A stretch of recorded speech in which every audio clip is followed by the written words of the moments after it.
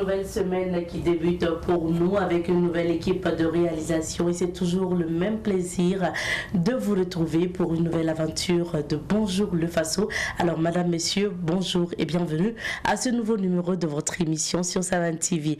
Aujourd'hui et cette semaine, nous sommes installés dans le quartier Boksomtenga. C'est un quartier qui se trouve au niveau donc de Gungé, et pour vous faire découvrir ce quartier, vous allez avoir des informations sur ce quartier Boksomtenga.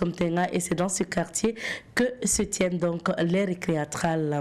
Alors pour la revue de presse d'aujourd'hui, nous serons avec Rachida Sadzongo qui va partager des informations avec nous.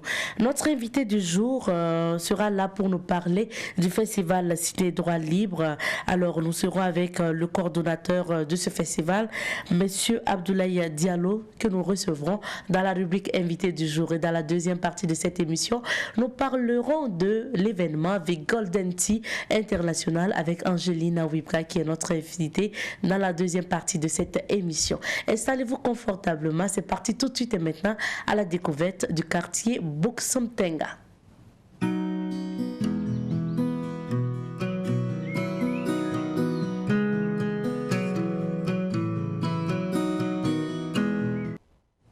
Dieu nous a fait grâce d'une nouvelle semaine et c'est toujours un plaisir pour nous de vous faire découvrir le Burkina Faso à travers la découverte de ces sites touristiques, de ces symboles, mais bien sûr aussi de l'histoire de certains quartiers. Comme c'est le cas cette semaine, nous partons à la découverte de l'histoire du quartier Boksomtenga, encore appelé le quartier des récréatrales, mais notons que le nom c'est le quartier Boksomtenga. Alors, il faut encore rappeler que le quartier des récréatrales appelé le quartier Boksomtenga est situé dans la grande zone du quartier Gungé Nord au secteur 7 de l'arrondissement numéro 2. Boksomtenga signifie l'endroit où il fait bon vivre. Selon l'histoire, le quartier Boksomtenga était un quartier où il faisait bon vivre. La terre était fertile et les cultures étaient propices et très rentables pour la population. L'environnement était aussi agréable avec les arbres et les bas-fonds. Cette population vivait en harmonie avec la nature et très heureuse, d'où le nom Boksomtenga pour dire l'endroit où il fait bon vivre. La création de ce quartier remonte au temps de Nabakom II. Les habitants de ce quartier sont des descendants de Nabakom II, toujours selon les témoignages des anciens. Selon le Boksomtenga Naba, donc chef de Boksomtenga, les fils et filles de Boksomtenga sont originaires de Manga, ville située au sud du Burkina. Le chef a hérité de la chefferie de son père et a été intronisé par le Mogo Naba actuel, empereur des Mossi. Si nous avons choisi de parler de ce quartier Boksomtenga, c'est parce qu'il est spécial. C'est le seul quartier de Ouagadougou qui abrite des spectacles de théâtre dans les cours d'habitation. Il n'est pas rare d'entendre souvent parler du quartier des récréatrales. Retenez que ce quartier s'appelle Boksomtenga. Le quartier est beaucoup connu grâce au festival Les Récréatrales. C'est un festival de rencontres théâtrales. Durant une semaine, les populations peuvent suivre des spectacles de théâtre au sein des cours familiales, vivre le festival en dégustant des mets locaux tout au long de la rue du festival à travers les stands, suivre également des concerts tous les soirs durant le festival. À côté de ces rencontres populaires, il y a celles professionnelles comme les ateliers d'écriture, les compétitions d'écriture, les formations, les productions et les diffusions de spectacles. Pendant les récréatrales, les comédiens, metteurs en scène, dramaturges, scénographes venus d'Afrique et d'Europe se retrouvent dans le quartier Boksomtenga. Selon le Boksomtenga Naba, ce festival impacte positivement le quartier. Il favorise et renforce la solidarité entre les habitants et les festivaliers, crée des relations également et impacte l'économie des commerçants situés dans la rue du festival. Cette semaine, nous vous invitons à Boksomtenga ou encore le quartier des récréatrales pour découvrir l'histoire de ce quartier. Ça donne envie justement de vivre dans ce quartier puisque c'est un quartier où il fait bon vivre et nous espérons que c'est toujours pareil, le quartier Boksomtenga, et nous espérons que vous avez beaucoup appris concernant ce quartier dans la rubrique à la découverte de aujourd'hui. Pour la suite, c'est l'heure pour nous de nous informer.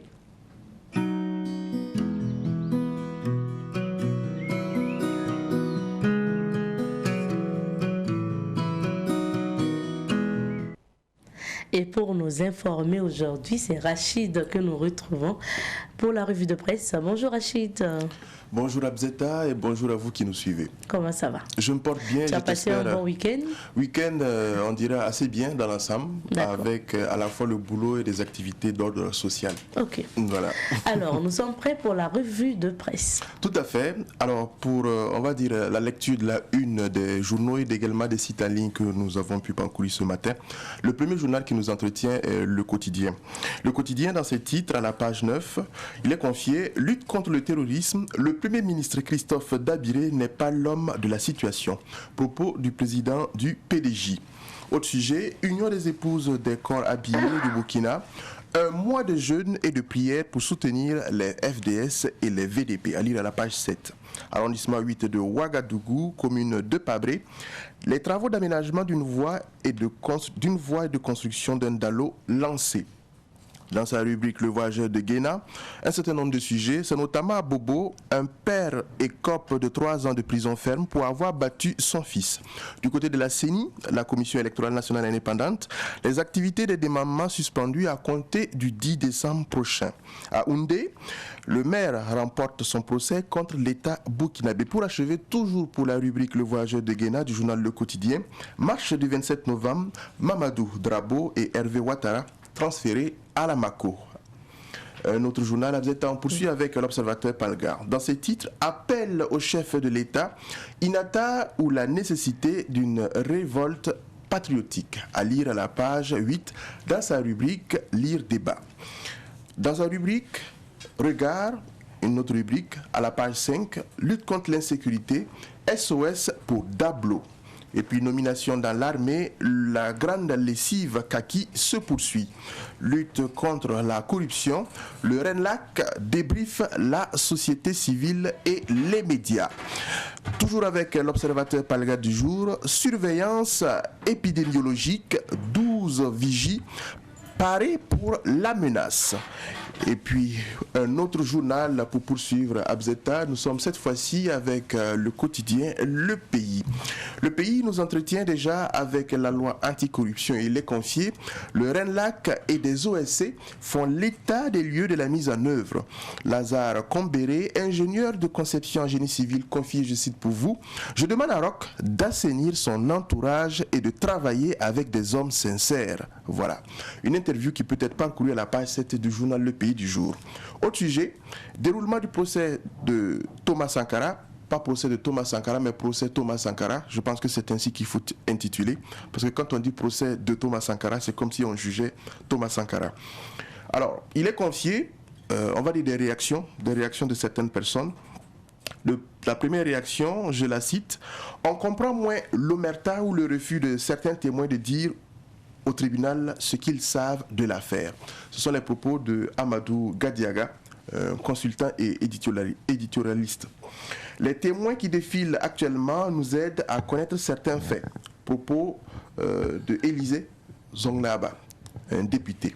Réinstallation du maire Herman Sirima, la demande des plaignants jugée irrecevable, à lire la page 8. Dans sa rubrique Confidence du week-end, on peut y lire CENI, les activités des démembrements suspendues. Et pour achever avec les actualités à la une du journal Le Pays, ActuFoot, Coupe de la CAF, Mazembe, LASEC et Coton Sport en phase de groupe. C'est à lire à la page 27 pour ce qui est du journal Le Pays du jour. Autre journal, nous sommes cette fois-ci avec Aujourd'hui au Faso. Aujourd'hui au Faso qui revient en santé avec le 2e congrès de la SOBU-GED. Les maladies ulcéreuses étaient à l'ordre du jour, c'est-à-dire à la page 6. Autre sujet avec toujours le même journal, Burkina Faso, valse de béret au sein de l'armée. Politique, le congrès du CDP n'a pas eu lieu. 16e édition du Ciné Droit Libre, les acteurs s'interrogent sur l'avenir de l'enfant burkinabé. 11 ans d'Impact TV, un nouveau logo et de nouvelles ambitions. Avec toujours Aujourd'hui au Faso, 31 forains tués près de Badiagara, un pied de nez à la transition malienne. Manifestation anti-présence troupes étrangères au Niger. Que veut au juste la coalition? Tournons la page. Interrogation posée pour en savoir davantage, la page 5 vous entretient. Et pour achever avec Aujourd'hui au Faso, aujourd'hui, Présidentielle en Guinée, la 54e bille victorieuse de Barrow pourrait être chrysogène. Voilà, c'est ainsi que titre aujourd'hui au Faso pour ce qui est également de l'actualité internationale. Ensuite, nous poursuivons et cette fois-ci, nous sommes avec un bimensuel. Nous sommes avec le bimensuel Le Curieux d'Afrique. Le Curieux d'Afrique qui revient sur un entretien accordé à un sergent à la retraite. Il s'agit de Boniface Saïdou Kaboré qui confie, je cite pour vous, « C'est nous qui sommes allés arrêter Thomas Sankara le 17 mai 1983 à son domicile. » Voilà, un entretien qui a été accordé à l'intéressé. Et vous pouvez lire justement l'article à sa page 7. À la page 7 du journal. CHU de Bokdogo, l'agent escroc identifié. L'affaire au commissariat de Ouaga 2000, le DG de l'hôpital entre le marteau et l'enclume. Et puis, elle tue son mari et hérite de ses biens. 5 ans après le décès brutal, voilà que des révélations fracassantes sur sa mort secouent la famille.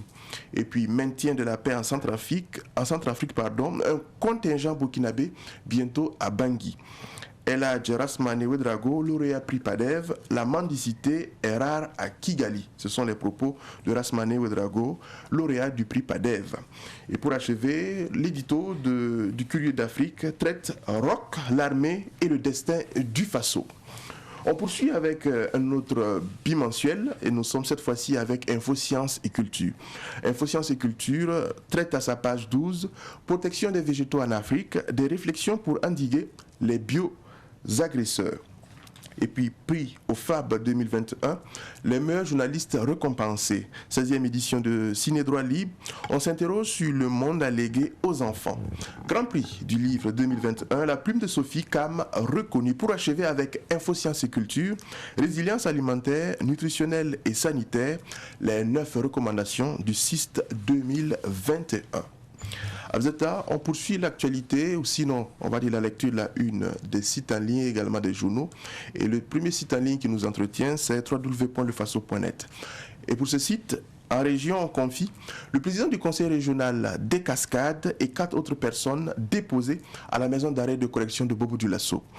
Pratique de l'excision au Burkina, les leaders religieux lancent l'offensive. Centre-Est, 2 personnes assassinées pour avoir été soupçonnées de collaborer avec les forces de défense et de sécurité. 2% des Burkinabés sont des aveugles, révèle Dr Diallo Venceslas du centre hospitalier universitaire Souro Sano de Bobo. Et pour achever avec www.lefaso.net, ministère en charge de l'éducation, un atelier pour faciliter l'implantation du BEP électricité et l'installation d'équipements solaires. www.infowacat.net, titre Situation nationale, l'appel du parti Le Faso Autrement à l'apaisement. Et politique toujours, l'UNIR MPS s'engage à la prise en charge massive des personnes déplacées internes. Donc ça, c'est un appel à solidarité. Et pour achever, l'actualité, on va dire hors de nos frontières, mais sur le continent. Déjà, on apprend qu'au Mali, 2 explosions sont survenues au niveau d'un cas de la mission des Nations Unies au Mali, donc la MINUSMA. À Gambie, le président sortant, Adama Barrow, a été réélu président. Au Nigeria, des fonctionnaires non vaccinés contre le Covid-19 interdits de travailler. Pour achever, à Madagascar, c'est aujourd'hui que s'ouvre le procès de la tentative présumée de coup d'État dans la capitale Antananarivo. Voilà ce que l'on pouvait lire à Bzeta, à la fois pour les sites en ligne, mais également les journaux que nous avons pu parcourir ce matin. Merci à toi, Rachid. Et la première actualité sur laquelle nous allons revenir, c'est notamment ces nominations au sein donc, de l'armée burkinabé, des changements dont tu nous parles aujourd'hui. Quel est ton commentaire? Merci bien, Abzeta, c'est bien cela. Le week-end, on va dire, écoulé a connu, on va dire, cette actualité-là, avec notamment des changements au niveau du commandement de l'armée nationale, avec de nouvelles nominations. Et au niveau déjà de l'armée de l'air, on note que le colonel Victor Belloum est le nouveau chef de la division opération. Le nouveau commandant du groupement central des armées est l'ancien ministre, on va dire, des sports sous la transition, c'est le colonel David Cabré. Le chef d'état-major adjoint de l'armée de terre est désormais le colonel Moussa Diallo. On note également des changements au niveau de la première, deuxième et troisième région militaire avec de nouveaux commandants. il est également noté des réaménagements au niveau des services des ressources humaines, au niveau de l'action sociale, des forces spéciales, des services du matériel des armées et bien sûr du renseignement militaire. Alors, ce sont des changements qui viennent s'ajouter aux premières nominations qu'on a connues la semaine surpassée, avec notamment la gendarmerie qui a connu également une dizaine de nouvelles nominations. On va dire des décisions, sinon des nominations qui vont un peu dans le sens de pratiquement le discours, qui sont en lien avec le discours du président du Faso avec le drame d'Inata. Et là-dessus, ce que l'on peut dire véritablement, on ne peut pas dire en tant que tel que le président du Faso ne respecte pas ses engagements, ne respecte pas ce qu'il a confié à travers justement son discours. Il y a en tout cas des actions qui sont faites, mais ce que en tout cas les citoyens attendent de voir, c'est des choses bien plus concrètes. Et les choses bien plus concrètes, au-delà justement de ces changements-là, que au-delà de ces nominations-là, que le changement véritablement puisse se sentir au niveau, on va dire, au sein de nos forces armées. C'est ça. Voilà, parce que c'est ce qui est important. Parce que comme on l'a dit, hein, on se rappelle que quand au niveau de l'Assemblée nationale, les députés ont reçu justement le ministre, il a reconnu justement qu'au sein de l'armée aujourd'hui, il y a des choses qui ne vont pas parce qu'il y a une certaine division au sein de l'armée et puis il a besoin quand même que les forces de défense et de sécurité soient encore plus unies, on va le dire, pour pouvoir vaincre le terrorisme. Et je pense que c'est dans cette lancée-là aussi qu'aujourd'hui, il fait des tournées pour galvaniser encore les troupes. Aujourd'hui, c'est bien quand on remarque ces changements, on parle de jeunes officiers qui sont nommés, mais après, ce sont les résultats que les Burkinabés attendent. Tout à fait. Et moi, je me suis amusée à demander à mon chef hier quand j'étais là pour préparer l'émission, j'ai dit, mais concernant le rapport d'Inata, est-ce qu'on peut s'attendre à ce qu'on nous dise concrètement, qu'on nous publie clairement le rapport là, voilà, le rapport a révélé que M. X a reçu les SOS des gendarmes qui étaient au front, mais suite à ça, il n'a pas pu transmettre le SOS, ou bien c'est un tel qui s'occupe des vivres, mais vu, il n'a pas pu livrer ses vivres. Je dis, est-ce qu'on va nous dire ça clairement comme ça? Oui. Bon, de toutes les façons, c'est bien vu, hein? C'est un sujet en tout cas qui, c'est sûr, va faire l'objet en tout cas d'attention au cours de cette semaine-là. Et quoi que l'on dise, en tout cas, déjà avec ces réaménagements-là, c'est évident que de loin, ou du moins directement ou indirectement, c'est légèrement en lien avec cela. Alors, le rapport en question, peut-être que, en tout cas, l'opinion nationale pourra avoir certains détails, pas forcément sur qui a fait quoi ou qui n'a pas fait quoi. Pas clairement. Pas clairement, mais en tout cas, on aura, on va dire, déjà un aperçu de ce qui a pu être en termes, en tout cas, de réalité terrain et qui a conduit à ce drame. Il a même promis pour parler du président du Faso dans son discours. Donc là-dessus, ce qui en tout cas est nécessaire que l'on sache sera su. Voilà. Et maintenant, l'autre étape, à travers bien sûr ce rapport-là, forcément, s'il y a des responsabilités à assumer, je pense que la justice militaire va jouer bien sûr son rôle. Donc là-dessus, on attend en tout cas de voir ce qu'il en sera pour cette semaine-là. Parce que c'est depuis la semaine dernière que le rapport a été remis. Je ne sais pas si le président du Faso a fait une dissertation ou un commentaire composé, mais quoi qu'il en soit, que ça se fasse bien. Voilà. Et que les décisions qui doivent être prises soient prises comme il se doit. Voilà. D'accord. Alors Rachid, on va s'intéresser à une autre actualité, même si les journaux n'en parlent pas. Tu as décidé justement de nous rafraîchir la mémoire. Nous sommes le 6 décembre aujourd'hui et c'est l'anniversaire de décès de l'élève Flavien Nébier. C'est bien cela. Et j'espère que les élèves ne sont pas dans la rue. Hein, bon, quand tu venais, non? Lorsque je rejoignais le service, je n'ai pas vu, on va dire, d'attroupement, de rassemblement, en tout cas qui ressemble à ce qu'on voit généralement avec les scolaires. Et on espère que, en tout cas, la journée va bien se passer, même s'ils vont se rappeler de leurs anciens camarades. Ils vont quand même rester dans les classes pour se rappeler de Tout à fait. Même si c'est une minute de silence qui sera marquée au niveau de chaque établissement, son hommage, je pense que ce serait déjà quelque chose que d'aller dans le sens de tout le temps les manifestations et du coup perturber, on va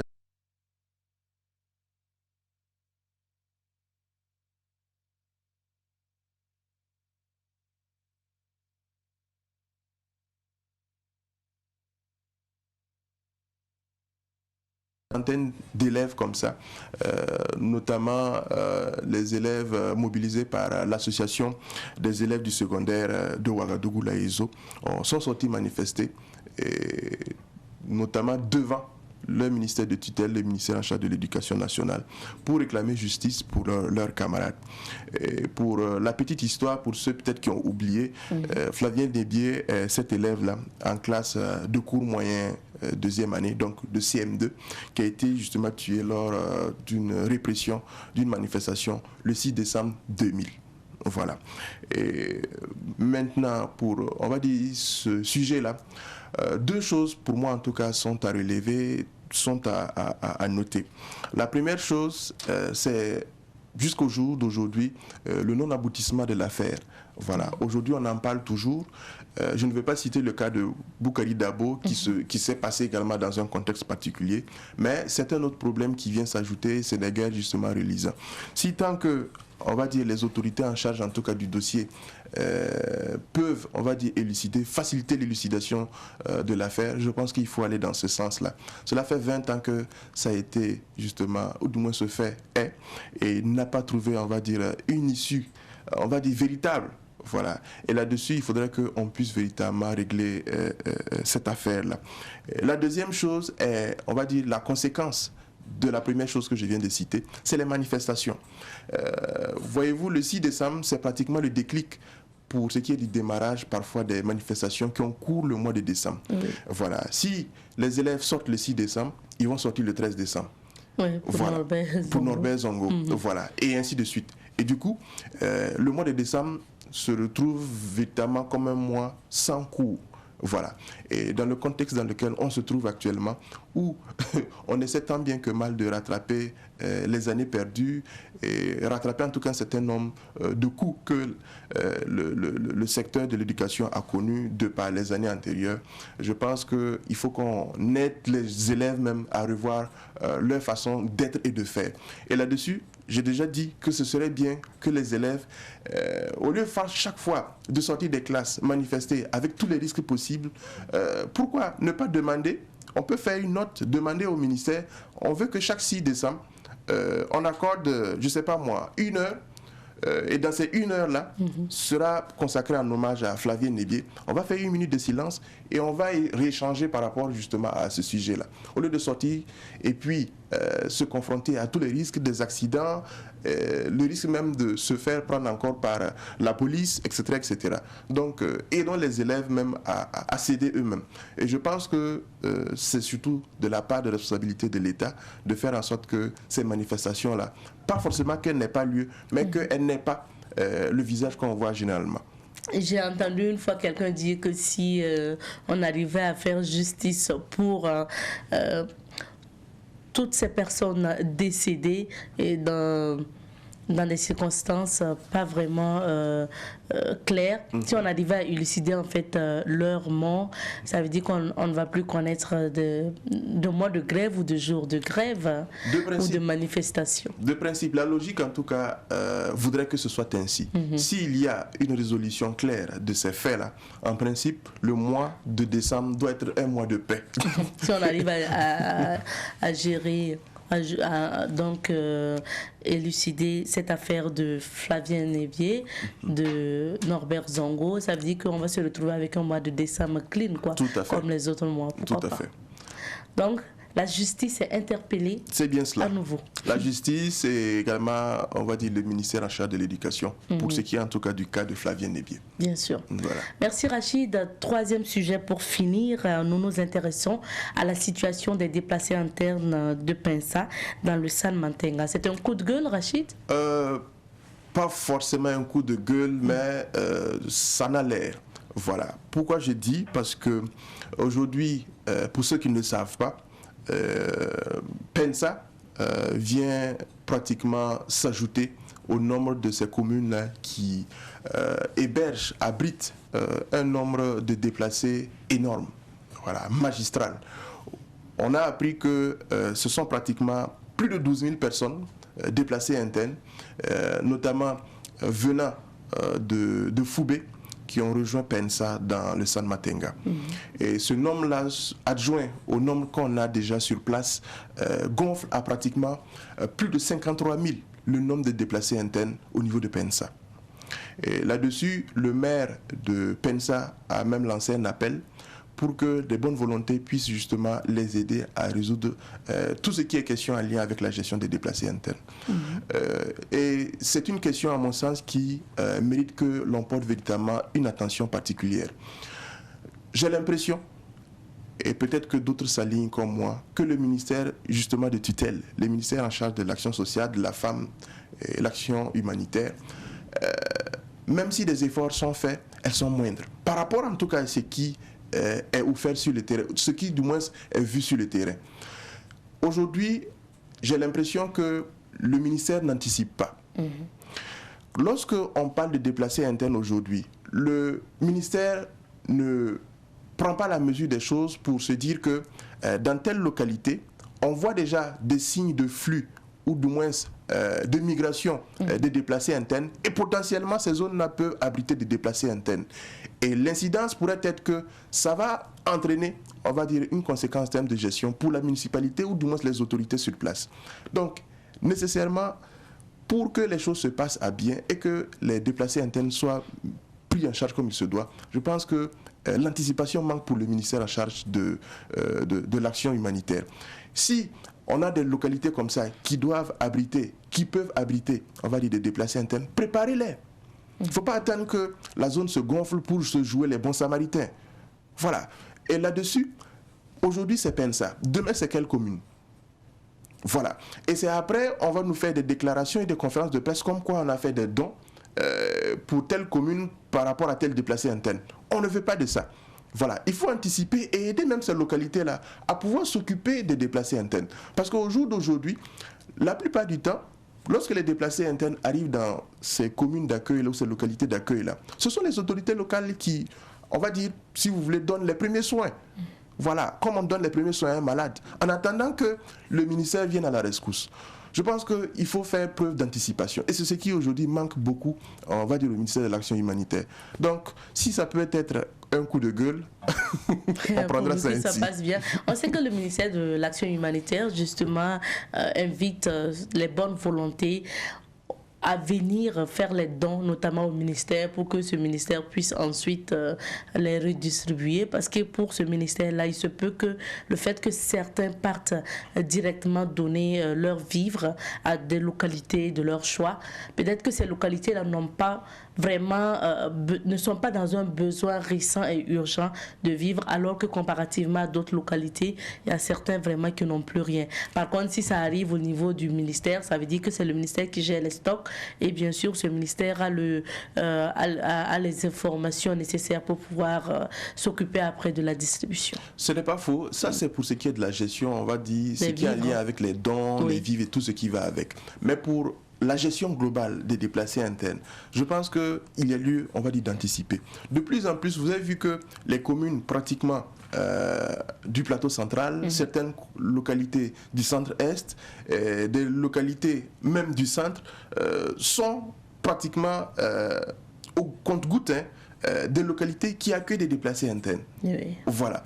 Et si, par anticipation, il n'est pas pris en compte des mesures pour accueillir ces déplacés internes, en collaboration avec les autorités locales, on ne va pas s'étonner que demain, on puisse avoir des situations où nécessairement l'État doit encore intervenir alors qu'il pouvait le faire en amont. Bien sûr. Voilà. Donc c'est cette situation-là en fait qu'on souhaite et on veut éviter.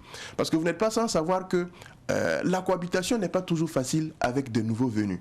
Voilà, ce sont des personnes qui ont quitté des localités avec leur culture, façon d'être et de faire. Ils viennent dans de nouvelles localités, ils sont confrontés à également de nouvelles façons de faire. Et en plus de leur propre situation qui n'est pas justement reluisante, la vie ne peut pas être facile. Non compter que ces communes-là vivaient déjà des difficultés à la charge à la fois des populations mais également des autorités locales. Et si tant que l'État, en anticipation, n'aide pas ces communes-là, on peut se retrouver dans des situations véritablement désagréables. Et c'est parfois ça qui constitue et favorise les nids et l'infiltration terroriste. Voilà. C'est ça. Donc je pense que si en tout cas on prend la mesure des choses, on doit pouvoir par moment en tout cas réduire au maximum les dégâts qui peuvent arriver. Et après on joue les sapeurs-pompiers. Le message est bien passé, Rachid. Merci à toi. Excellente semaine. Excellente semaine à toi également et bonne suite d'émission. Merci. Reste avec nous. C'est l'occasion pour nous aussi de saluer tous nos amis qui nous suivent depuis Abidjan, depuis Casablanca, qui nous suivent également depuis Paris, New York, Ouagadougou bien sûr, et dans d'autres villes d'affaires. Des villes d'affaires qui sont fréquentées par les hommes d'affaires burkinabés. Quoi de plus normal que de découvrir les couleurs du temps. Maintenant, nous allons passer à la rubrique Langue fourchue. Et vous le savez, chaque lundi, mercredi et vendredi, vous avez rendez-vous à travers cette émission Bonjour le Faso avec Patrick Gampéné qui nous propose un numéro de Langue fourchue. C'est parti pour le numéro de ce jour.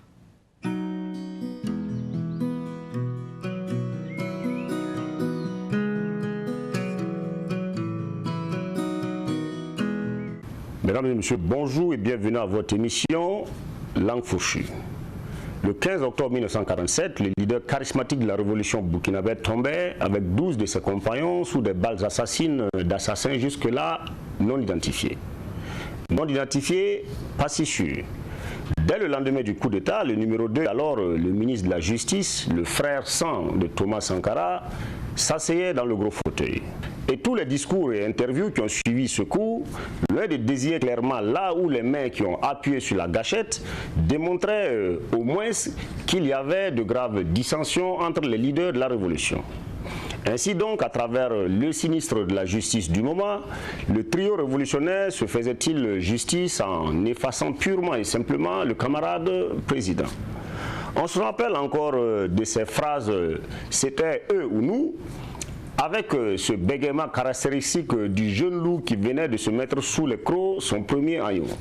Il n'était pas rare non plus dans quelques gargotes et autres hauts lieux d'entendre de supposés membres du commando expéditionnaire de cette sombre journée du 15 octobre se vanter de leur exploit. Bref, il est loin derrière nous le temps où la simple mention du nom du défunt camarade Thomas Sankara pouvait vous attirer des regards noirs. La veuve et les orphelins du Tchèque africain attendaient depuis bien longtemps déjà que l'on éclaircisse le mystère de la mort aussi brutale de leur chair, et la justice se attend très lentement. Il aurait fallu attendre une bonne petite trentaine d'années pour que ce dossier passe finalement en jugement. Même si des suspects très sérieux ont été désignés, il n'en demeure pas moins que ceux-ci brillent par leur absence remarquable malgré la convocation par le juge. Mais ne pourrait-on pas penser que ce procès dit Thomas Sankara est une gigantesque farce? Je ne sais pas ce qu'il en sortira, sinon une autre forme d'assassinat de Tom Sank et de ses compagnons. Les principaux accusés étant en fuite, le reste des accusés s'amuse à lancer des boutades à la cour et différentes parties prenantes à ce procès. Accusés et témoins se succédant là, chacun y va de son commentaire et on se demande si ce n'est pas plus une réunion d'anciens camarades qui veulent régler leurs petits problèmes que d'avoir le souci de faire éclater la vérité sur les événements du 15 octobre. En effet, certains témoins qui se présentent devant la cour n'ont de récit que celui de leur détention d'après coup d'État et leur torture par certains accusés présents dans la salle d'audience que de nous édifier sur les événements qui ont conduit au renversement et à la mort brutale du capitaine Thomas Sankara. Voici par exemple des témoins qui n'étaient pas sur la scène du crime, qui en trouvent à redire sur ce qui s'est réellement passé. Doit-on prendre témoignage d'un homme qui se dit loyal envers ses hommes et le leader assassiné, qui n'a pas hésité une seconde à prendre la poudre d'escampette après que son ami et ses éléments soient tombés sous des balles assassines? Son commandement n'était simplement qu'un mythe finalement. Lui qui sert devant la cour que c'est à la demande d'un de ses soldats qu'il est rentré en brousse pour ensuite gagner un pays voisin afin de sauver sa vie. Et il trouve cela tellement beau. N'est-ce pas là la place du puissant roi de la savane? La brousse. Sacré farceur, ce lion courageux que tout le monde attendait pour renverser la situation au lendemain du 15 octobre 87. Mais il a bien retourné cette situation, au moins il est encore en vie pour en parler avec éloquence. Bref, passons. Parce qu'après les témoins qui auraient été loin des événements, il y a ces accusés que tout accuse, mais qui ont de belles parades. Pour aider la famille, voici ce médecin militaire qui a dressé le certificat de décès du leader de la Révolution avec la superbe mention « cause du décès, mort naturelle » et qui s'explique aujourd'hui. Quel humanisme! Cela a bien dû aider Mariam et ses enfants. En attendant, à voir les ping-pong dans la salle d'audience, on assiste plus à des chamailleries de cours de récré qu'à un procès qui aboutira à l'éclosion d'une quelconque vérité et à des condamnations réelles. La justice ayant invité deux des principaux mis en cause dans cette affaire à se présenter à elle sous délai, je me demande bien ce qu'on en retirera. Parce que si on sait qu'un homme connu pour sa gâchette facile a le don de disparaître, son acolyte et ex-patron, lui, ne fait pas mystère de là où il a déposé ses pénates. Le temps de la distraction est tellement propice que ce procès tombe à point nommé. Suivez mon regard.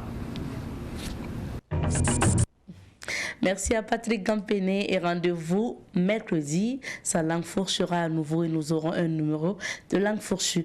À présent, nous allons passer à la rubrique Bonnes Affaires, le temps donc que notre invité du jour arrive. Nous recevons aujourd'hui Angelina, nous l'appelons Angelina Jolie ici. Elle est connue en tout cas des téléspectateurs de Savane TV. Nous allons la retrouver juste après la virgule Bonnes Affaires.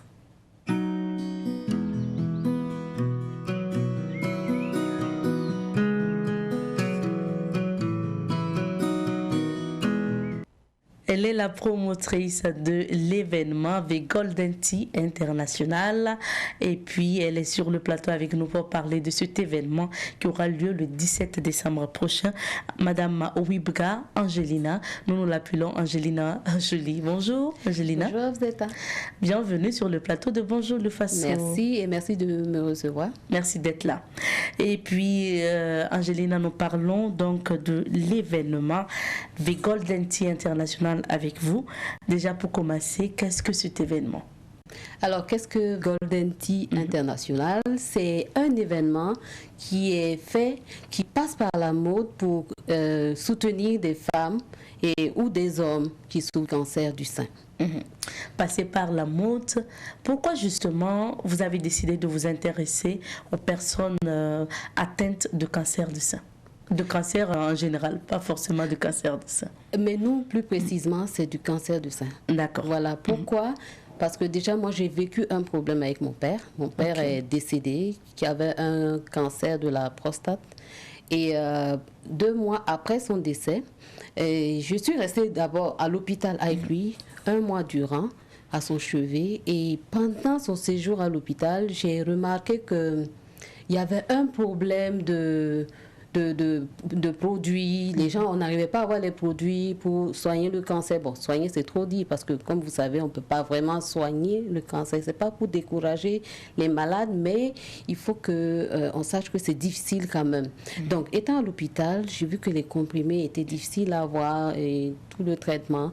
Et j'ai dit, bon, après le décès de papa, j'ai dit, bon, qu'est-ce que je peux faire pour ces malades? Je suis repartie 2 mois après voir son médecin traitant, qui, en son temps, qui était docteur Bambara, et qui m'a dit, bon, madame, bon, c'est bien, c'est une bonne idée de vouloir soutenir les malades de la prostate, du cancer de la prostate, mais pourquoi ne pas plutôt faire la lutte contre le cancer du sein, parce que c'est une maladie qui est en ce moment même très récurrente. Okay. Je dis ok, je dis bon, pas de souci. Et une semaine après, j'ai fait monter le dossier rapidement et je suis repartie le voir pour qu'il amende et tout. Et il m'a dit oui, c'est super, c'est bien, vous pouvez vous lancer. Je dis ok. Et 2 mois après, on a commencé maintenant à imaginer ce qui pourrait se passer dans l'événement et tout. Et bon, voilà. Voilà comment est né de Golden Tea International. Voilà. Et comme vous êtes amoureuse donc de la mode, vous décidez de passer par un défilé de mode et une élection Miss, notamment pour justement toucher ces personnes-là atteintes de cancer. Alors, l'événement pour cette année est prévu pour le 17 décembre prochain. Tout à fait. Dites-nous comment avance l'organisation. Je dirais qu'elle avance très bien. Elle avance très bien. On est déjà fin prêt. Voilà, parce que comme vous savez, l'événement était prévu pour le 27 novembre. Mais vu tout ce qu'il y a eu comme chamboulement au niveau du Burkina, on a voulu remettre ça au 17 par la demande aussi des sponsors, des partenaires. On a voulu remettre ça au 17 décembre. Voilà. Et concrètement, qu'est-ce qui va se passer? Quel est le programme de la soirée?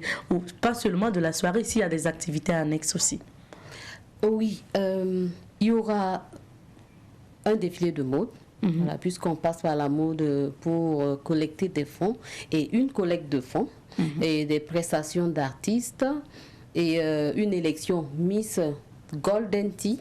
Et cette Miss-là, qui va être élue, sera l'ambassadrice de The Golden Tea et qui sera chargée d'aller sensibiliser les gens dans les villages, dans les associations, dans les bureaux, les domiciles. Ah, elle a une autre tâche, en tout cas. Il y a eu quand même 2 éditions qui sont passées. Nous sommes à la 3e édition cette année. Exact. Est-ce que pour ce qui est passé, vous arrivez, on va dire pour ces Miss qui ont été élues, arrivent à faire ce qui était prévu dans leur mandat? Oui et non.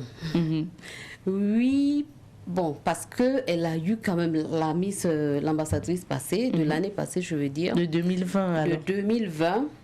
Parce qu'en fait, on est à notre 2e édition en ce qui concerne Miss Golden Tea. D'accord. Ça a débuté l'année passée, à la 2e édition. La première édition, il n'y a pas eu de Miss. Voilà. Donc, la 2e édition cette année. Mais à sa première édition, elle a pu aller sensibiliser les étudiants de l'IAM. Et aussi, elle a été sensibiliser une association, des membres d'une association de professeurs. Voilà. Et voilà, c'est juste. Donc, elle a pu mener quand même quelques activités. Actions, oui. Cette année, le thème que vous avez choisi, c'est hommes et femmes, tous concernés par le cancer. Quel est le message derrière? Parce que là, vous dites hommes et femmes, tous concernés. Voilà, en fait, c'est pour dire aux hommes de ne pas penser qu'ils ne peuvent pas l'avoir. Parce que le cancer du sein, même si c'est à faible taux, à 1%, un homme peut être atteint du cancer du sein.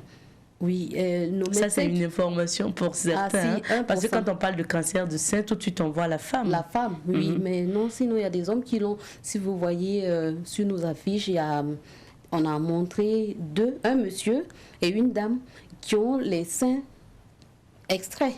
Voilà, donc c'est juste pour vraiment choquer aussi les hommes qui ne vivent pas sainement, de se dire, ah, il faut que je modère parce que sinon je pourrais être malade.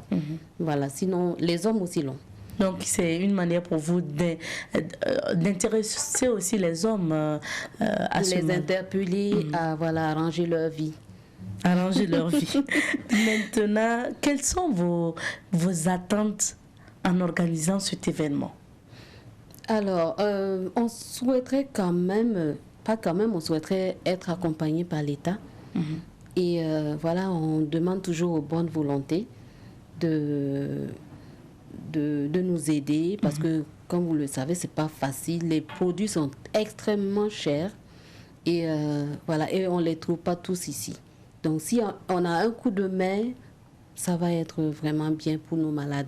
Et présentement, on a 2 malades qu'on va présenter au public dans la soirée là, du 17, espérant avoir une bonne volonté qui va s'en occuper.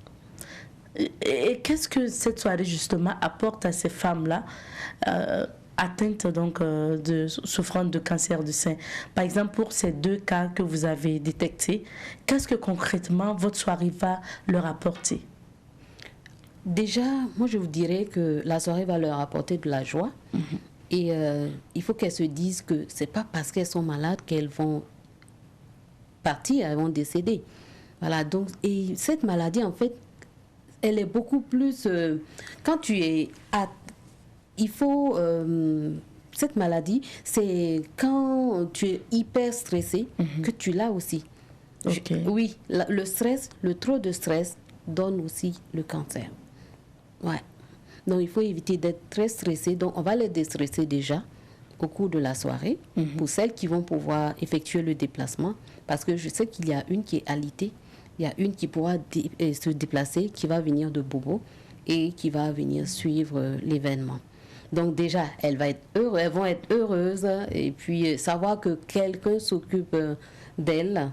Et vous savez, tous les matins, à ces 2 malades-là, il faut que je leur envoie des messages, juste ou même un message de, je sais pas, une petite chanson d'église où je leur dis un bonjour, où je leur dis, c'est juste un soutien moral. Elles ont beaucoup plus besoin de ça, de soutien moral. Et voilà. À côté donc, maintenant, oui, allez-y. Non, allez-y. À côté justement de ce soutien moral-là, Angelina, c'est que elles ont besoin, quoi qu'on dise aussi, de soutien financier. Elles ont besoin d'acheter leurs médicaments. Elles ont besoin donc de se soigner. Et vous avez décidé de les accompagner aussi dans ce sens parce que vous avez mis à la disposition donc des personnes qui souhaitent, des bonnes volontés qui souhaitent les accompagner. Ils peuvent justement faire des dons. Donc, et votre objectif aussi avec ces dons-là, est-ce qu'après c'est de récolter cet argent et leur permettre de se soigner ou bien c'est leur trouver peut-être des parrains qui vont quand même essayer de les accompagner dans l'achat de ces médicaments, de leurs médicaments? Bon, on va surtout, au cours de la soirée, ce qu'on va collecter comme fonds, et une partie ira en leur sens. D'accord. Et une autre partie, on ira donner à des malades au niveau des hôpitaux. Ok. Voilà, parce qu'on va contacter des responsables d'hôpitaux qui vont nous dire ouais, qui a beaucoup plus besoin de quoi. Ça pourrait être aussi des vivres. Hein. Bon, ça peut ne pas être financièrement qu'on va les aider, mais ça pourrait être de cette façon, des vivres ou financièrement. Voilà. D'accord. Alors, avec la complicité de la réalisation, on va afficher justement le numéro pour les transferts. Oui. Donc, quel est votre message à l'endroit de ceux ou des bonnes volontés qui nous suivent? Le numéro est affiché en bas de l'écran. Alors, pour ceux qui aimeraient nous aider à soutenir ces femmes-là, n'hésitez pas à faire des transferts sur le numéro qui va afficher au bas de l'écran. Voilà, le 74 63 31 81 pour soutenir donc ces personnes atteintes de cancer du sein. Angelina, maintenant, pour la soirée, vous avez parlé donc de défilé de mode, vous avez parlé prestation d'artistes et d'élection Miss.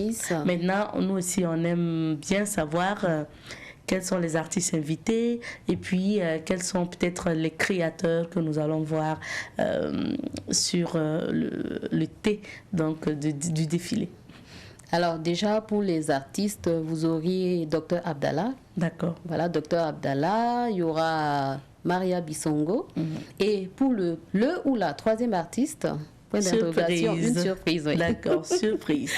Maintenant, quel créateur vous avez contacté pour cette année, pour le défilé de mode? Vous aurez Lovins Couture.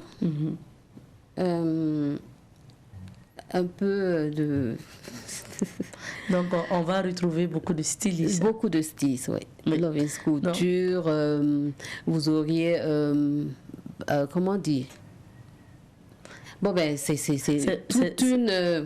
toute une coloration d'artistes qu'on aura, oui. D'accord. Donc, c'est venir et découvrir, c'est ça. Les créations. Et puis, vous avez de l'autre côté, donc, la possibilité donc, de faire des dons aussi. Angelina, Golden Tea a lieu où et quand? Quand on a déjà dit, c'est le 17 décembre, c'est où? Ça se passe où? Donc, ça va se passer à Queen Garden 2, Ouaga 2000. Et c'est pas très difficile à reconnaître. Et aussi, c'est un lieu vraiment enchanteur. Vous allez bien vous sentir. D'accord.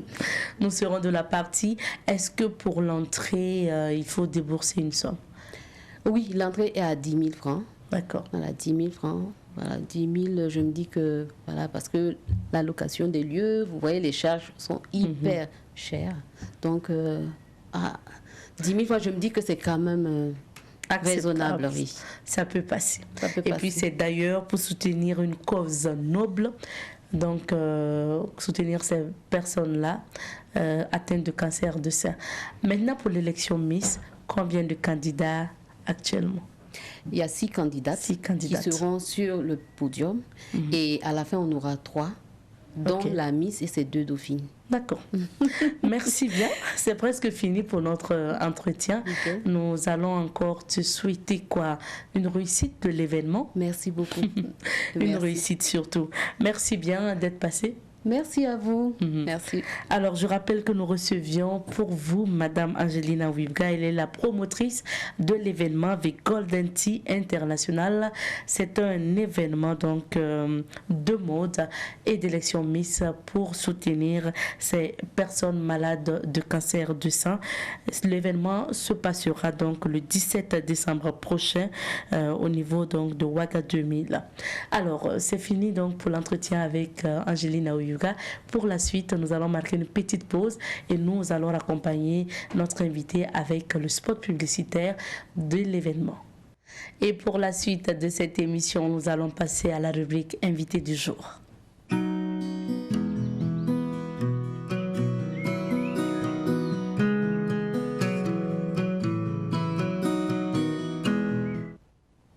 Aujourd'hui, nous recevons pour vous M. Abdoulaye Diallo, coordonnateur du festival Ciné Droit Libre qui bat son plein jusqu'au 11 décembre prochain.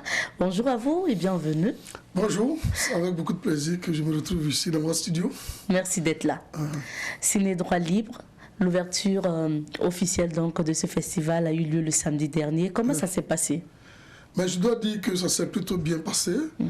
L'invité spécial, le docteur Cheikh Tidiane Gadio, qui présidait la cérémonie d'ouverture, était là et il a fait des interventions assez remarquées. Non, c'était une belle cérémonie d'ouverture, la salle était pleine. Ben, écoutez, quand vous organisez un événement, que vous choisissez la plus grande salle de l'Institut et que la salle est pleine, le public était là, tout le programme qu'on avait prévu s'est déroulé. Il y avait beaucoup d'émotions parce qu'on a dû rendre hommage à notre ami Amobé Mévégué et aussi à notre président Jerry John Rawlings, parce qu'il faut dire la dernière édition de Ciné Droit c'était en 2019 et c'est entre les 2 éditions que nous avons perdu ces 2 amis du festival, donc on leur a rendu hommage. On est aussi revenu sur des éléments assez poignants concernant les enfants, les orphelins du terrorisme et comment on s'interroge sur le futur des enfants. Donc c'était une belle cérémonie, on est très fiers d'avoir pu réussir ça. Et puis aussi hier, la deuxième soirée, elle s'est bien déroulée aussi à l'Institut français avec la comédie musicale de Smokey, le syndrome de la pintade. Le syndrome de la pintade. Voici quand même le titre d'un spectacle qui interpelle. Absolument. Et quand on le voit en fait au niveau du programme de Ciné Droit Libre, on se demande de quoi parle justement donc cette comédie musicale. Non, mais c'est du Smokey tout fait. C'est les vérités qui sont crachées. Voilà, en fait, c'est vrai que quand vous dites syndrome de la pintade, vous dites est-ce que c'est une pièce de théâtre classique, une fable? Oui. Non, c'est Smokey. En fait, il dépeint les élites, voilà, qui ont les pouvoirs, les avoirs, la question des devoirs. Et un peu l'image, c'est que la pintade, vous savez, elle pond ses œufs, mais elle ne couvre pas ses œufs. Il faut qu'on peigne les œufs de la pintade, aller donner à la poule. Donc, du genre, les élites créent les problèmes, et après, il faut que ce soit d'autres qui gèrent les problèmes. Vous voyez un peu l'image. C'était une très belle pièce. Il y a de l'humour, du théâtre, de la musique en live. Non, c'était un très beau spectacle, très apprécié du public hier. Et bien sûr, ça ne sera pas la dernière fois que le spectacle est diffusé. Il y aura donc d'autres diffusions au cours donc, de ce festival. Justement, on est même en train d'imaginer la possibilité de diffuser ce spectacle-là aussi en dehors de l'Institut français, dans un autre espace du festival, d'ici la fin. Pourquoi pas la clôture au village? On verra. Voilà. Alors, Monsieur Diallo, après l'ouverture officielle, la cérémonie d'ouverture samedi dernier, le programme bien sûr se poursuit. Qu'est-ce qui est prévu par exemple pour cette semaine, à partir d'aujourd'hui? Il y a des gens qui disent que souvent on est fou, on n'est pas normaux de faire autant d'activités. Et quelqu'un me faisait la remarque hier, il me dit, Diallo, je lis ton programme, mais ce n'est pas un festival, mais c'est des festivals tous les jours. Parce que chaque jour qu'on prend, il y a plusieurs programmes. Et effectivement, c'est très riche. Aujourd'hui, par exemple, nous sommes lundi 6 décembre, à 14h, à l'amphi M1 de l'Université de Ouagadougou, nous avons le premier dialogue démocratique. Un dialogue démocratique de haut niveau, parce qu'il sera animé par le docteur Cheikh Tidiane Gadio, par le docteur Rassemblement Seydou Ouedraogo, par l'expert diplomate, ex-diplomate français Laurent Bigot, et par Maître Guy Hervé Cam. Donc vous voyez un peu le niveau. Ça promet. Ça promet. Donc c'est à partir de 14h à l'amphi M1. Donc vous voyez que ça va être un moment fort. Ce soir aussi à l'Institut français, nous faisons la première mondiale du film de Boubacar Diallo. Le film qui vient de sortir s'appelle L'affaire Sam Mori. En fait, Bouba s'est inspiré de l'affaire du juge Nebié pour faire une fiction sur le sujet. Sujet qui implique journalistes d'investigation, juges téméraires, et vraiment c'est la première mondiale du film. Donc c'est aujourd'hui aussi une des grosses soirées du côté de l'Institut français à partir de 20h. Et à la cité universitaire de Kosodo, nous avons aussi le film de Thierry Michel pour les étudiants, suivi de débats avec une personnalité connue du monde estudiantin. C'est le Congolais, notre frère du Congo, Lasconi, qui est connu pour sa verve et son discours panafricaniste. Donc il sera avec les étudiants.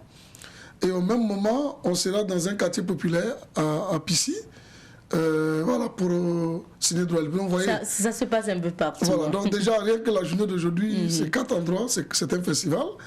Demain, on a la soirée spéciale Thierry Michel, qui vient de sortir un film Testament, L'Empire du Silence. C'est un grand film.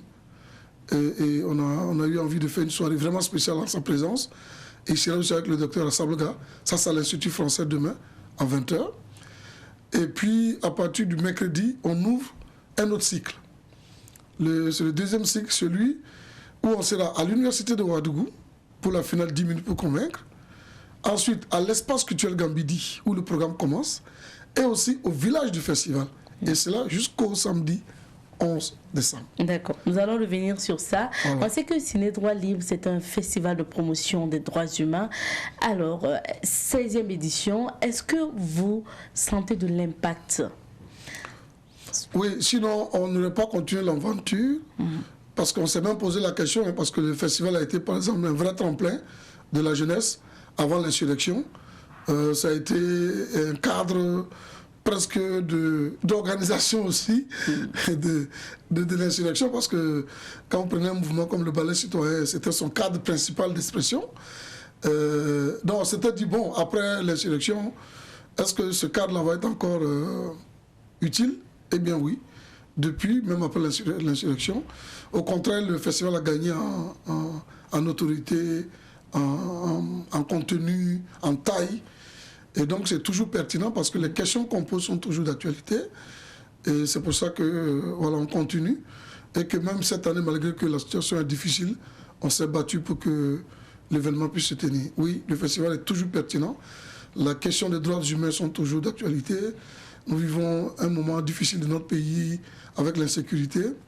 Nous avons produit déjà 2 films sur le thème, un documentaire, Massiba, le mal d'un peuple, et le film Massoud, qui était le film d'ouverture, qui pose la question. C'est un film sur notre actualité que nous vivons. C'est un peu ce que nous faisons à Saint-Film et à Ciné Droit Libre. Essayer d'être toujours dans le moment, dans les questions qui préoccupent les populations, et donner un cadre où on peut discuter de ces questions-là. Donc oui, la pertinence est toujours là. Et pour cette 16e édition, les parrains sont Alpha Blondy et Youssoufa. Quelles seront leurs contributions pour que la fête de ce ciné droit libre là soit vraiment encore belle? Déjà, je voudrais déjà remercier ces deux sommités-là d'avoir accepté d'être parrain et surtout d'être présent physiquement. Alpha Blondy donc sera là physiquement à Ouagadougou. Il a accepté d'être parrain, mais vu son calendrier, il ne peut pas rester une semaine.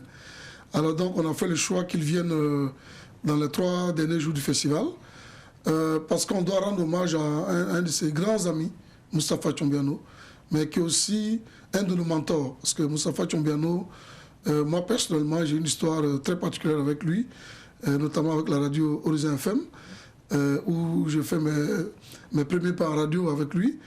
Et donc, on a décidé de faire une soirée d'hommage et Alpha Blondy a dit qu'il ne peut pas être absent quand on rend hommage à son frère Moustapha Tchombiano. Donc, Alpha vient du coup pour les 3 derniers jours. Youssoufa aussi a accepté d'être parrain. Il était déjà là il y a quelques années et il a accepté donc de venir. Bon, il est là pour un grand concert normalement, mais la Covid est en train de vouloir mélanger un peu notre programme. Bon, on va tenir informé le public. Pour le moment, la situation reste en l'état, mais il y a le regain de Covid là a mélangé le programme et fait que certains artistes musiciens ne sont plus disponibles. Il faut trouver d'autres. Et donc du coup ça commence à nous inquiéter un peu. Mais sinon normalement Youssoufa c'était déjà bon pour qu'il soit là et donner le concert de clôture. Voilà. Donc voilà, ils sont là. Cheikh Tidiane Gadio est déjà là. Il a présidé l'ouverture. Et donc les autres vont prendre le relais, les parrains vont prendre le relais. Parce que comme c'est un festival qui est long, c'est difficile de garder les invités spéciaux longtemps, les parrains. Donc il faut toujours choisir, soit ils viennent au début ou ils viennent à la fin. Voilà. Et Ciné Droit Libre, c'est aussi le village du festival. Qu'est-ce qui se passe dans ce village? Le village a été conçu à partir de la 10e édition pour dire qu'il faut qu'on sorte aussi des cadres des salles classiques. Ce n'est pas tout le monde qui vient à l'Institut français. C'est pas tout le monde qui va à l'espace culturel Gambidi, c'est pas tout le monde qui va à l'université, dans les amphis, pour regarder et suivre Ciné Droit Libre. Or, jusqu'à la 10e édition, c'était essentiellement dans ces espaces-là qu'on faisait Ciné Droit Libre. Et donc, on a imaginé le festival pour que pendant le festival, des gens dans les quartiers aussi, qui ne se déplacent pas forcément, puissent vivre le festival. Donc, au lieu qu'ils aillent vers le festival vient maintenant à eux. C'est comme ça qu'on a installé le concept du village. Donc, on cherche toujours un lieu populaire, accessible, où on essaye de mettre des projections de films, de l'animation, de l'humour, du théâtre et de la musique. Et donc cette année, ça va être sur le terrain du lycée Newton, vers l'échangeur de l'Est. Voilà, c'est là-bas que va s'installer le village du 8 au 11 décembre. Et il y a des artistes vraiment de renommée qui vont animer ce village-là. Nous avons pour la jeune génération, parce qu'il faut penser à tout le monde, nous avons Audrey, qui est l'artiste de la jeune génération qui est en train de monter en puissance. On a Hamzi, qui n'a plus rien à prouver parce que voilà, il a montré que c'est un artiste majeur de notre pays. Nous avons Alif Naba, une grande sommité de notre musique, qui a sorti un album magnifique et qui nous a gratifié d'un concert magistral et qu'on a eu envie de répéter au niveau du village du festival. Nous avons invité aussi un Malien, Vieux Farka Touré. C'est le fils de Ali Farka Touré, pour qu'il vienne aussi donner sa touche. Et enfin, pour la présence d'Alpha Blondy, on s'est dit, bon, on ne peut pas oublier les reggae makers. Donc on allait chercher du roots, et un peu celui qui est le fils spirituel d'Alpha Blondy, Frimanta Pili, et on allait chercher au niveau route Imado, dans son village, pour qu'il vienne nous faire du reggae roots. Évidemment, la dernière soirée, c'est celle avec Youssoufa, si les choses ne se mélangent pas, mais dans tous les cas, cette soirée aura lieu, et là, c'est pour faire un clin d'œil au rap, aux paroliers du rap. Voilà, donc ce qui est concocté. Mais il n'y a pas que ça. Il y a toute une tranche d'humour aussi, avec Philomène, avec Ali Ponré, avec Sada Télécom, avec Simplice qui fait le terror rire, voilà, qui dit on peut rire aussi du terrorisme, quoi, des sujets sérieux.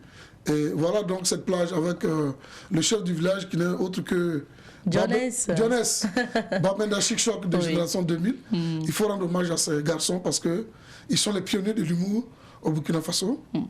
Donc voilà, et puis des grands films, des plateaux télé, avec la complicité de notre télé partenaire Savane Média, qui va diffuser tous ces plateaux télé-là sur les antennes de Savane Média. Voilà, donc ce que nous attend pour le village du festival 2021. Bien sûr. En tout cas, pour ce qui concerne Savane Média, Savane TV, vous allez vivre ce festival en live. Alors, à partir même d'aujourd'hui, sur ce plateau, à chaque émission Bonjour le Faso, vous allez avoir quand même quelque chose sur Ciné Droit Libre et puis bien sûr nos éditions de journal télévisé et de journal parlé pour ce qui concerne la radio. Et puis vous allez avoir des captations d'événements forts bien sûr concernant ce festival Ciné Droit Libre. Alors, 16e édition, quel futur pour nos enfants? C'est vraiment la question que vous avez décidé de poser. C'est le thème en fait de cette année. Qu'est-ce qu'il faut comprendre par ce thème? Il faut comprendre par ce thème que le présent nous préoccupe. Et dès l'instant que le présent est préoccupant, il faut commencer à s'interroger sur le futur. Et donc nos enfants. Parce que nous vivons pourquoi finalement? Nous vivons pour pouvoir créer les conditions meilleures à ceux qui vont suivre. Parce que si nous ne comprenons pas que c'est ça notre mission, l'être humain aura raté sa mission. C'est pour ça qu'on n'a pas le droit de détruire pour nous-mêmes, on n'a pas le droit d'être égoïste, ne penser qu'à nous. Normalement, un être humain normalement constitué, avec l'intelligence que Dieu nous a donnée, ce qui doit nous préoccuper, c'est qu'est-ce qu'on laisse aux autres. C'est pour ça qu'on ne doit pas s'accaparer tout. C'est pour ça que notre première interrogation, qu'est-ce que je laisse à mes enfants? Quel futur pour nos enfants dans tous les domaines? Ça nous a paru tellement évident, on s'est dit, mais il faut qu'on pose la question. Il faut que les gens arrêtent de penser que la vie là, c'est seulement aujourd'hui et puis c'est tout. Non. En fait, tu ne vis aujourd'hui, c'est déjà passé en fait. Puisque tu es déjà là, tu dois plutôt te préoccuper de qu'est-ce que je laisse aux autres. On veut ramener ce débat-là au sein de la société. Que la société comprenne que nos ancêtres, surtout en Afrique, c'est ça qui les a toujours préoccupés. Arrêter toute la vie, quand on lit l'histoire de l'Afrique, quand on s'intéresse, la préoccupation des communautés, c'est toujours qu'est-ce qu'on lègue. C'est ça qui préoccupe tellement les gens. Or, nous, on se rend compte qu'aujourd'hui, dans notre société moderne, comme disent des chanteurs ivoiriens, là, les gens maintenant, ils bouffent avec les deux mains, et puis maintenant, quand ça veut tomber, ils bloquent avec le pied. C'est-à-dire, tout doit être pour moi, quoi. Non, il faut qu'on amène les gens aux fondamentaux de l'être humain. C'est-à-dire, c'est interroger sur le futur, c'est travailler à garantir un meilleur avenir aux enfants. C'est pour ça qu'on a fait exprès de poser la question avec un futur au pluriel. Parce que justement, tout dépend de nous. Si on aurait pu dire quel futur au singulier, là on dit il faut que ce soit un futur radieux. Et on y travaille. Le problème, c'est que nous, on pose ça quel futur parce que nos comportements actuels peuvent amener deux types de futurs. Un futur radieux ou un futur périlleux, dangereux. Donc il faut qu'on en prenne conscience, c'est pour ça qu'on pose la question au pluriel. Et pour les films qui seront diffusés pendant le festival, c'est uniquement des films engagés? Oui, c'est sur les droits humains. Il y a beaucoup de films engagés, il y a beaucoup de films qui posent des questions sensibles, traitent des questions sensibles.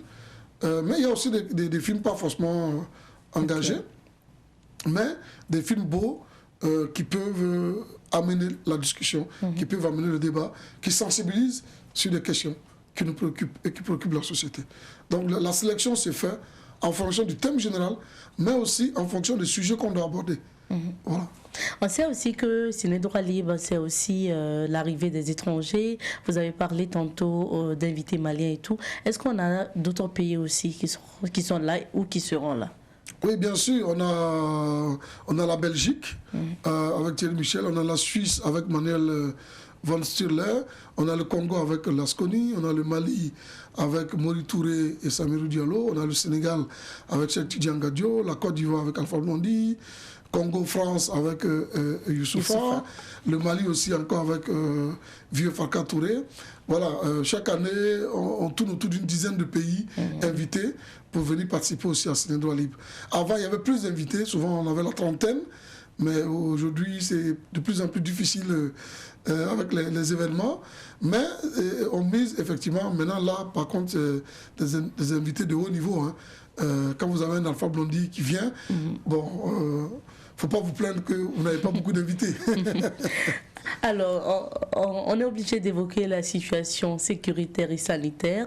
C'est l'actualité au Burkina Faso. Est-ce que vous avez rencontré des difficultés dans l'organisation de ce festival? Parce qu'aujourd'hui, on sait que certains sont réticents quand on leur dit de venir au Burkina Faso ou quand on leur dit d'investir quand même quelque chose pour un festival au Burkina. Est-ce qu'il y a des difficultés quand même, vous en avez rencontré? Oui, bien sûr, hein, parce que ce genre d'événement est en général soutenu par des guichets, des organismes internationaux, des ambassades. Bon, c'est dommage que nos pays ne financent pas ce genre d'événement. Quand vous organisez un festival comme Ciné Droit Libre, vous avez très peu de contributions de l'État. C'est bien dommage. On devrait pourtant investir dans ces espaces. Et du coup, quand vous avez des événements comme des crises sanitaires et tout, ben, les budgets se réduisent. Donc forcément, ça nous amène des difficultés. Et on est même allé pleurer auprès de notre ministère du tutelle. Bon, ça n'a pas marché. C'est dommage. Mais ces espaces-là, je profite de faire le plaidoyer, il faut que... parce que pourquoi? C'est ça la normalité. On peint le Burkina Faso en rouge, mais le FESPACO se tient. Les Koundé se tiennent. Jazz Awaka s'est tenu. Tous les événements culturels se tiennent. Ciné Droit Libre est en train de se tenir. Parce que le message qu'on envoie, tous ces gens qui doutent, mais pourquoi? Mais Ciné Droit Libre s'est tenu, ou se tient. Le FESPACO s'est tenu, les gens sont venus, il y a des invités qui viennent de partout. Donc ça peut amener les gens à changer et à comprendre que oui, on vit une situation difficile, mais on n'est pas encore écoulé, on tient toujours debout, on se bat, on refuse de tomber dans l'obscurantisme, on refuse de donner raison à ceux qui veulent déranger notre quiétude, mais nous aussi, on est résilients. Et c'est notre manière aussi de nous battre. Certains nous défendent avec des armes, d'autres avec d'autres moyens. Nous aussi, on a décidé de se défendre avec la culture, avec l'art. Et contrairement à ce qu'on croit, c'est un moyen puissant dans le moment que nous vivons. Vous savez, où par exemple des militaires ne peuvent pas aller, des artistes peuvent aller. Et ça, c'est des choses qu'il faut prendre en compte. Notre culture, maintenant, là, on doit la magnifier. La parenté à plaisanterie. On doit mettre ça en avant maintenant. On doit travailler pour souder les communautés par rapport à ce qui nous arrive. Et la culture, c'est ça, c'est là la solution. C'est là-bas qu'on doit investir.